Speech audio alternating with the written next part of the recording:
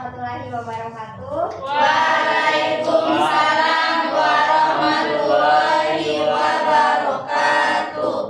Jadi kita panjatkan puji syukur kepada Allah Subhanahu wa taala yang telah memberikan nikmat kesehatan sehingga kita bisa mengikuti perkuliahan mata kuliah kurikulum dan perencanaan pembelajaran. Yang terhormat dosen pengampu mata kuliah kurikulum dan perencanaan pembelajaran yang saya sebut nama beliau Ibu Dr. Wiwi Triyanti Ulukadan SPD MPD MCI dan teman-teman kelas saya yang saya cintai.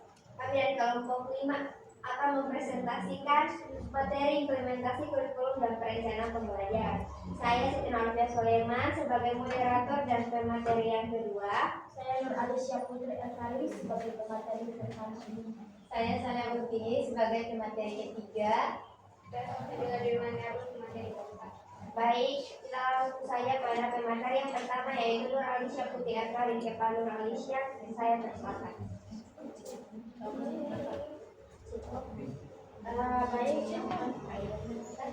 Baik teman-teman, kurikulum adalah salah satu faktor krusial dalam dunia pendidikan yang menentukan kualitas pengajaran di sekolah. Kurikulum berperan sebagai panduan bagi para pengajar dalam merancang, melaksanakan, dan mengevaluasi proses belajar agar tujuan pendidikan itu dapat dicapai dengan optimal. Pada pertama itu melaksanakan kurikulum di sekolah sesuai dengan tuntunan kurikulum yang berlaku. Kurikulum merupakan unsur inti dalam sistem pendidikan yang berfungsi sebagai pedoman utama untuk menentukan arah, isi, serta proses pembelajaran. Pelaksanaan kurikulum itu melalui 3 tahap. Yang pertama adalah tahap perencanaan. Pada tahap ini satuan pendidikan yang menyusun arah dan tujuan pembelajaran secara tertulis yang tercermin dalam visi, misi, serta tujuan sekolah. Yang kedua ada tahap pelaksanaan. Tahap ini merupakan proses nyata dan penerapan perencanaan yang sudah disusun. Tahap ini mencakup proses belajar mengajar, pengelolaan kegiatan sekolah, serta interaksi yang mendukung tercapainya tujuan pendidikan. Tahap ketiga itu tahap evaluasi. Tahap evaluasi merupakan proses sistematis untuk menilai sejauh mana program dan kegiatan pendidikan telah berjalan sesuai dengan tujuan yang telah ditetapkan. Terima kasih, saya kembalikan kepada moderator. Baik, terima kasih Nur Alicia. Kemudian materi kedua yaitu saya sendiri. Materinya apa yang mempengaruhi keberhasilan guru dalam mengimplementasikan kurikulum di kelas. Ada 6 faktor. Yang pertama ada faktor perencanaan. Untuk memastikan penggunaan efisien dari semua sumber daya, termasuk infrastruktur dan sumber daya manusia, rencana pelaksanaan sangat penting sebagai perangkat kerja. Yang kedua ada faktor isi kurikulum. Nah, kita harus memperhatikan apakah kurikulum tersebut memiliki kejelasan dalam manajemen dan pendekatan dan serta tujuan. Yang kedua ada relevan dan realistis untuk meningkatkan konteks implementasi. Yang ketiga ada kerangka konseptual yang menjadi landasan dalam penyusun struktur isi konseptual materi pendidikan. Yang ketiga ada faktor pendidik. Faktor pendidik ini sangat berpengaruh untuk keberhasilan guru dalam mengimplementasikan kurikulum di kelas, yaitu sikap dan kompetensi mereka, keterlibatan mereka dalam pengambilan keputusan, serta kualitas hubungan kolaboratif mereka. Yang keempat ada faktor iklim dan budaya sekolah. Nah, perubahan dalam pola pikir, sikap, serta iklim budaya sekolah, semuanya itu diperlukan untuk tercapainya terobosan dan kemajuan baru. Yang kelima ada faktor sarana dan prasarana, yaitu bahan dan peralatan laboratorium yang harus tersedia dalam jumlah yang cukup memenuhi standar kualitas laboratorium yang diminati. Kemudian ada ketersediaan berbagai media pembelajaran dalam hal jenis, bentuk, dan model media pembelajaran ini dapat berupa elektronik, cetak, atau berbasis sekolah, dan aksesibilitas fasilitas dan infrastruktur bagi guru dan siswa. Kemudian ada faktor peran kepala sekolah. Selain tugas pengembangan, tanggung jawab manajerial kepala sekolah meliputi perencanaan, pelaksanaan, pemantauan, serta evaluasi. Sebagai pemimpin pembelajaran, kepala sekolah juga membantu guru dalam menerapkan metode pengajaran dan penilaian yang efektif, Kepala sekolah memastikan guru memahami isi dan tujuan kurikulum, mengelola sumber daya seperti buku dan teknologi, serta mengkoordinasikan semua sarana pendidikan agar pelaksanaan kurikulum berjalan dengan optimal. Mungkin itu saja materi kedua dari saya. Kemudian saya lanjutkan dengan materi yang ketiga yang akan dijelaskan oleh Saleha Bukhie. Kepada Saleha Bukhie saya persilakan. Baik, terima kasih moderator. Selanjutnya di sini yaitu tujuan implementasi kurikulum dan perencanaan pembelajaran. Tujuan dari implementasi kurikulum adalah untuk memastikan pelaksanaan kurikulum yang telah dirancang berjalan secara efektif sehingga dapat mencapai tujuan pendidikan yang diinginkan dan menghasilkan perubahan positif dalam kualitas pembelajaran, termasuk perubahan pengetahuan, keterampilan, nilai dan sikap peserta didik. Tujuan perencanaan pembelajaran adalah untuk menyediakan pedoman yang jelas dan sistematis dalam melaksanakan proses belajar mengajar agar lebih terarah dan terukur.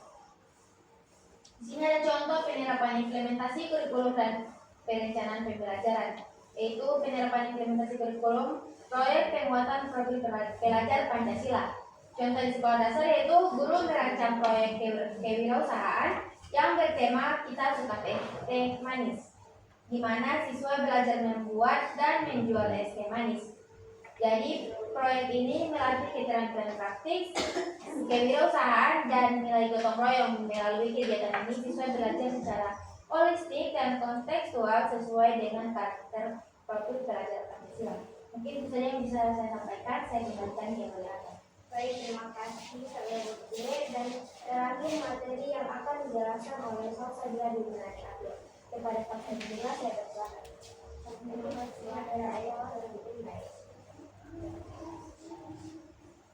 Evaluasi implementasi kurikulum perencanaan pembelajaran, yaitu yang pertama menilai perkembangan dan pencapaian siswa. Jadi evaluasi ini dimanfaatkan untuk melihat seberapa baik siswa berhasil mencapai sasaran pembelajaran yang telah ditetapkan. Yang kedua, meningkatkan proses pembelajaran. Jadi hasil evaluasi ini membantu guru menilai efektivitas dan efisiensi metode pembelajaran yang digunakan. Besaran tantangan dan solusi implementasi itu yang pertama, kurangnya sumber daya yang kompeten. Jadi di mana implementasi kurikulum di sektor pendidikan ini menghadapi kendala seperti kemampuan guru yang rendah, fasilitas terbatas, dan kurangnya dukungan orang tua. Nah, untuk mengatasinya itu diperlukan perkembangan guru, peningkatan fasilitas dan komunikasi dengan orang tua agar kualitas pendidikan meningkat. Yang kedua, kurangnya sarana dan prasarana yang memadai. Jadi guru ini menghadapi tantangan dalam menganalisis menu belajar, menyusun kisi-kisi, dan publik penilaian, serta kurang mahir menggunakan teknologi. Disertai keterbatasan pelatihan dan kemampuan. Jadi solusinya ini guru sebaiknya mengikuti pelatihan kurikulum merdeka dari kelompok kerja guru, sementara kepala sekolah menyediakan sarana dan prasarana yang memadai.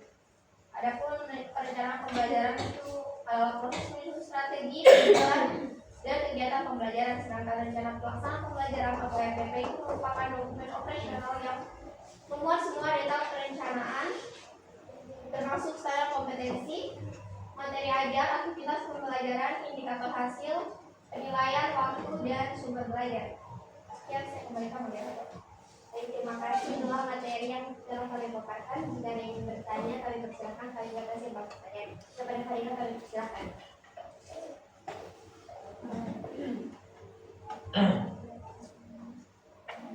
Jadi saya akan bertanya kepada Saleha mengenai tujuan implementasi kurikulum dan perencanaan pembelajaran, di mana bahwa tujuan dari implementasi kurikulum adalah untuk memastikan pelaksanaan kurikulum yang telah dirancang berjalan secara efektif sehingga dapat mencapai tujuan pendidikan yang diinginkan. Jadi pertanyaan saya itu, jika tujuan implementasi kurikulum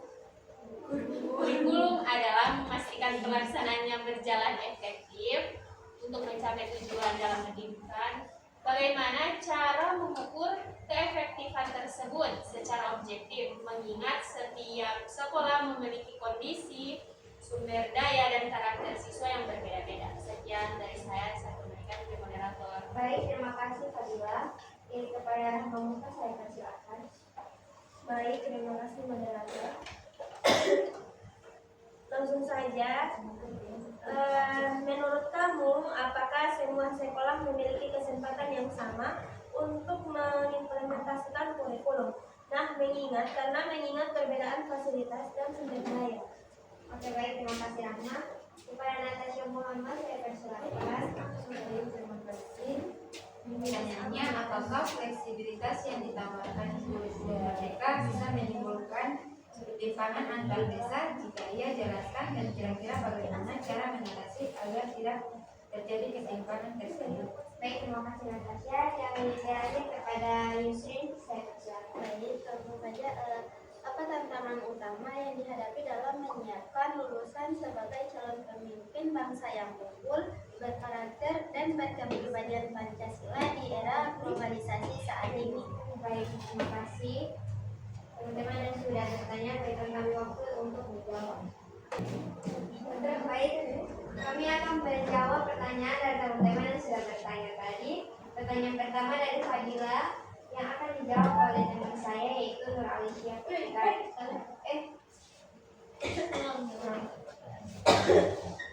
kami akan menjawab pertanyaan dari teman-teman. Pertanyaan pertama dari Fadila yang akan dijawab oleh Salihah Bukti. Kepada Salihah saya persilakan. Baik, saya akan menjawab pertanyaan dari Fadila. Pertanyaannya yaitu, jika tujuan implementasi kurikulum adalah memastikan pelaksanaannya berjalan efektif untuk mencapai tujuan pendidikan, bagaimana cara mengukur keefektifan tersebut secara objektif, mengingat setiap sekolah memiliki kondisi sumber daya dan karakter siswa yang berbeda. Jadi, keefektifan implementasi kurikulum dapat diukur dengan menilai keterpaduan antara perencanaan, pelaksanaan, dan hasil belajar yang sesuai dengan tujuan pendidikan. Pengukuran mencakup evaluasi, proses pembelajaran, pencapaian kompetensi, partisipasi siswa, serta kemampuan guru dalam menerapkan prinsip kurikulum. Selain itu, penting mempertimbangkan kondisi sekolah, ketersediaan sumber daya, dan karakteristik peserta didik agar penilaian lebih objektif. Dengan demikian, efektivitas tidak hanya dilihat dari hasil akhir, tetapi juga dari peningkatan kualitas proses belajar dan perkembangan siswa secara menyeluruh. Saya kembalikan ke moderator. Baik, terima kasih saya. Kepada penanya, apakah sudah puas? Sudah. Oke, terima kasih. Dan pertanyaan yang kedua yaitu dari Rahma Musa yang akan dijawab oleh saya sendiri. Oh, maaf, yang akan dijawab oleh Nur Alicia. Pak Nur Alicia, saya persilakan. Saya akan menjawab pertanyaan dari Rahma Musa. Pertanyaannya, apakah semua sekolah memiliki kesempatan yang sama untuk mengimplementasikan kurikulum mengingat perbedaan fasilitas dan sumber daya? Jawabannya, tidak semua sekolah memiliki kesempatan yang sama karena adanya fasilitas, tenaga pendidik, dan dukungan pemerintah. Seperti sekolah di perkotaan itu cenderung lebih mudah menerapkan kurikulum dibandingkan sekolah yang ada di daerah terpencil. Pemerintah perlu melakukan pendataan sumber daya dan pelatihan guru agar implementasi kurikulum berjalan dengan setara. Tanpa dukungan sarana dan akses teknologi yang memadai, tujuan kurikulum sulit tercapai secara merata. Baik, apakah penanya sudah puas dengan jawaban? Sudah, terima kasih. Pertanyaan ketiga dari Natasha Muhammad. Pertanyaannya itu, apakah fleksibilitas yang ditawarkan kurikulum merdeka bisa menimbulkan ketimpangan? Pertanyaannya itu, apakah fleksibilitas yang ditawarkan kurikulum merdeka bisa menimbulkan ketimpangan antar daerah? Jika iya, jelaskan dan kira-kira bagaimana cara mengatasi agar tidak terjadi ketimpangan tersebut. Ya, fleksibilitas yang ditawarkan kurikulum merdeka berpotensi menimbulkan ketimpangan antar daerah, terutama karena perbedaan sumber daya dan kesiapan sekolah. Nah, untuk mengatasi ketimpangan tersebut, Yang pertama, pemerataan pelatihan guru dan pendampingan berkelanjutan agar semua pendidik memahami dan mampu menerapkan prinsip kurikulum pendidikan dengan baik. Yang kedua, ada peningkatan sarana dan prasarana pendidikan di daerah tertinggal, terutama akses internet dan sumber belajar digital. Yang ketiga, ada kolaborasi antar sekolah, misalnya melalui program berbagai praktik baik, best practice antar sekolah penggerak dan sekolah lain. Yang keempat, ada kebijakan afirmatif pemerintah seperti pemberian bantuan khusus atau insentif bagi sekolah di daerah yang kurang berkembang. Itu saja. Kepada penanya, apakah jawabannya? Terima kasih. Yang terakhir yang akan dijawab pertanyaan dari Yusri yang akan dijawab oleh Salsabila Binoan kepada Salsabila. Terima kasih moderator. Pertanyaannya, apa tantangan utama yang dihadapi dalam menyiapkan Nusa sebagai calon pemimpin bangsa yang unggul berkarakter dan kepribadian Pancasila di era globalisasi saat ini? Tantangan utama yang dalam menyiapkan Nusa sebagai calon pemimpin bangsa yang unggul berkarakter dan kepribadian Pancasila di era globalisasi itu adalah dengan budaya aslinya dapat mengembangkan nilai moral dan nasionalisme. Adanya pembinaan karakter secara nyata di sekolah, terus ketidaksesuaian antara pendidikan dan kebutuhan di dunia kerja, serta kurangnya kemampuan berpikir kritis dan literasi digital nasional dan dasarnya alus informasi teknologi. Oke, kepada penanya apakah sudah puas? Baik, terima kasih. Kami akan membacakan kesimpulan, yaitu salah satu bagian penting dari sistem pendidikan adalah kurikulum. Semuanya memberikan pedoman untuk mata pelajaran, materi pelajaran, serta metode pelajaran. Perencanaan kurikulum serta kompetensi guru, iklim dan budaya sekolah, infrastruktur serta peran kepala sekolah sebagai penentu pelajaran merupakan beberapa faktor yang mempengaruhi seberapa baik kurikulum diciptakan. Baik, itu saja dari kami. Jika ada salah, kami mohon maaf. Wassalamualaikum warahmatullahi wabarakatuh. Waalaikumsalam.